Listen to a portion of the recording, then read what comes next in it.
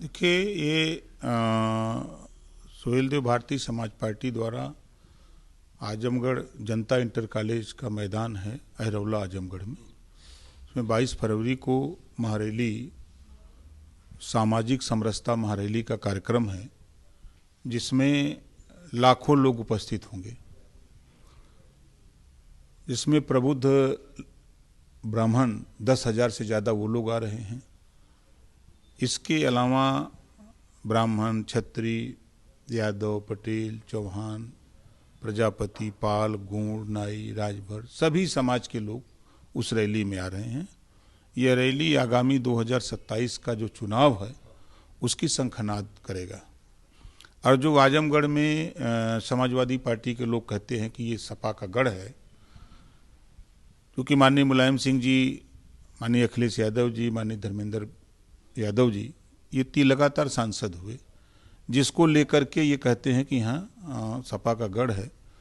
तो 22 फरवरी को इनके गढ़ का पता लग जाएगा। आगामी आने वाले दिनों में एनडीए गठबंधन 10 की 10 सीट आजमगढ़ का जीतेगा।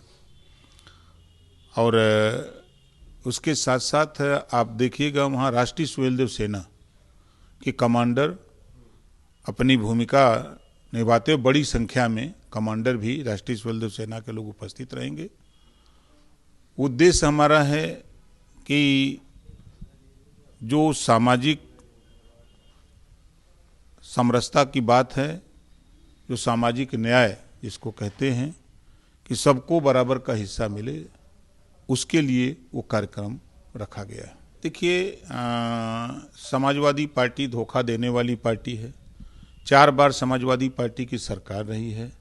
नाई को, गोंड को, पाल को, प्रजापति को, चौहान को, राजभर को, मौर्या को, निषाद, बिंद, केवट, मल्लाह को, जुल्हा, दुनिया, अंसारी, साईं, दर्जी, फकीर सबको तो धोखा दिया है।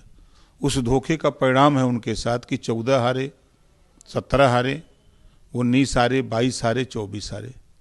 तो इस यही वजह है कि जब जब समाजवादी पार्टी की सरकार आई तो एक जाति का वर्चस्व रहा, चाहे नौकरियों में, चाहे थाने पर, चाहे जहाँ भी।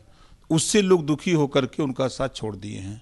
वो भवन बना लें, चाहे कुछ भी कर लें, समाजवादी पार्टी इस बार आपको 22 तारीख को ही महसूस हो जाएगा कि सब यहाँ क्या होने वाला है। कि न्यायालय का आदेश है और निश्चित है कि न्यायालय ने नोटिस दिया है, तो न्यायालय के आदेश का पालन करने के लिए राहुल गांधी जी जा रहे हैं। देखिए विरोध वो लोग कर रहे हैं जो सड़क पर तो विरोध कर रहे हैं, सदन में विरोध हो रहा है, लेकिन बूथों पर अपने कार्यकर्ता लगा करके वो SIR का काम करा रहे हैं और कर रहे हैं।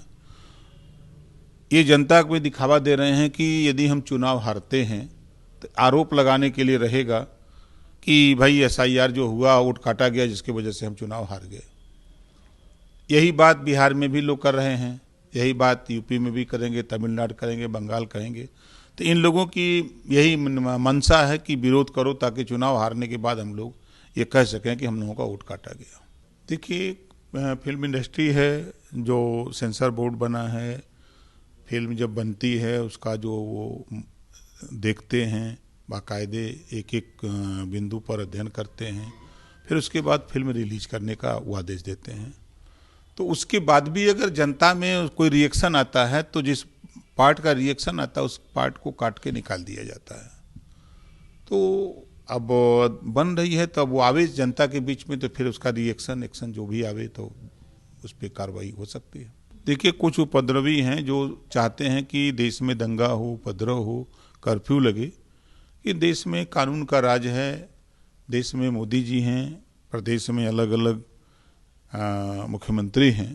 तो कुछ शरारती तत्व हैं जो ये चाहते हैं कि सरकार को बदनाम किया जाए, तो इस तरह के उपद्रव कर रहे हैं। लेकिन उनको ये नहीं पता है कि कानून का राज है, संविधान से देश चल रहा है, और संविधान के दायरे में कोई भी कानून अपने हाथ में लेने की कोशिश करेगा तो उसके खिलाफ कानून भी मजबूती से काम करेगा।